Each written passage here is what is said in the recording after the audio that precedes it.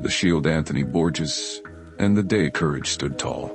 The air was filled with whispers of teenage laughter and the shuffle of papers as students at Marjorie Stoneman Douglas High School navigated another typical school day. It was Valentine's Day, a day of roses, notes passed in secret, and teenage love. But by the time the sun set on February 14, 2018, it would become one of the darkest days in modern American history. Among the chaos, a hero would rise, a boy of only 15 armed with nothing but courage and an unbreakable will. This is the story of Anthony Borges, whose bravery saved lives in the face of unimaginable terror. The quiet before the storm. The first tremor of something wrong began with a sharp, unexpected crack of gunfire echoing through the school's hallways. What had been a place of learning and dreams instantly transformed into a battlefield. Anthony Borges was sitting in a third-floor classroom, the weight of the day's lessons still pressing on his mind. But as the sound of gunfire grew closer, the world around him shifted. Students froze, their faces pale with fear. "Get down!"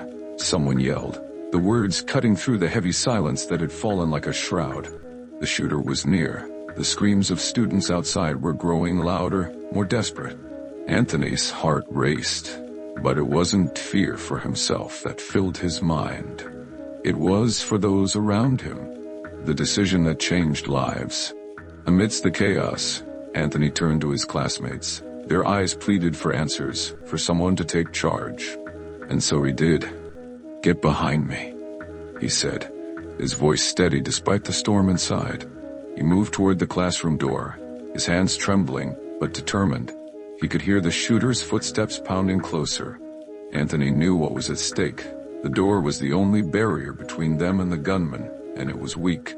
Without hesitation, he pressed his body against it, determined to be the wall his classmates needed. The first shots hit the door. The sound was deafening, each bullet tearing into the wood and steel. Anthony braced himself, his hands gripping the frame, his body a shield. He felt the impact of the bullets as they tore through the door and into him. 5 shots, unyielding courage. One bullet ripped through his back, another pierced his lungs, robbing him of air. 3 more struck his legs, the force nearly buckling him. Blood began to pool at his feet, his vision blurring with pain. But Anthony didn't falter. "Stay down. Dante, move," he shouted to his classmates, his voice hoarse but commanding. Each second he held the door bought precious time for those behind him. They scrambled to hide, their whispered prayers mingling with Anthony's ragged breaths. The shooter moved on, unable to break through the barricade. Anthony's body had stopped him. The aftermath of heroism. When the shooter's footsteps faded, the classroom erupted into chaos. Friends rushed to Anthony's side, their hands shaking as they tried to stop the bleeding. His clothes were soaked in crimson, his face pale but resolute. "I'm fine," he managed to say, though every word was a struggle. First responders arrived moments later, carrying him to safety. The sight of his battered body was a grim testament to what he had endured. But more than that, it was a symbol of the lives he had saved. A battle of recovery. Anthony's fight was far from over. The bullets had done more than wound his body. They had shattered bones, punctured organs, and stolen his ability to walk. In the sterile halls of a hospital, he faced a new battle: survival. Surgeons worked tirelessly to repair the damage. Days turned into weeks, weeks into months. Each moment was a test of Anthony's spirit. The physical pain was immense, but the emotional toll was heavier. Nightmares of that day haunted his sleep, the echoes of gunfire ringing in his ears. Yet through it all, Anthony's determination never wavered. He learned to walk again, each step a victory over the darkness that had tried to claim him. His scars became badges of honor, reminders of a courage that had saved 20 lives. The voice of a survivor. As Anthony regained his strength, his story began to spread. News outlets called him a hero, a symbol of resilience in a time of despair. But Anthony wasn't content to simply be remembered for his actions. He wanted change. Alongside his family, Anthony filed a lawsuit against the Broward County School District and the sheriff's office.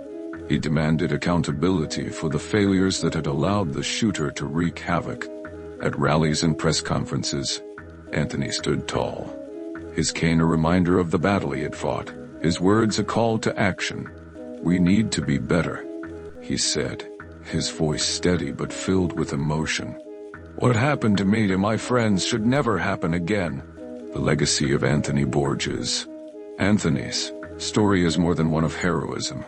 It is a testament to the power of the human spirit. In the face of unspeakable evil, he chose to stand, to fight, to protect. His actions have inspired countless others. His advocacy, a rallying cry for change. Schools across the country have taken steps to improve safety, spurred by his courage. Anthony Borges did just save lives that day. He changed them. And in doing so, he became a beacon of hope. A reminder that even in the darkest moments, heroes will rise. Final thoughts. The bullets that tore through Anthony's body could not break him. His spirit, forged in the fires of adversity, remains unyielding. Anthony Borges is not just a survivor. He is a protector, a fighter, a hero. His story will live on, a testament to the power of courage and the enduring strength of the human heart.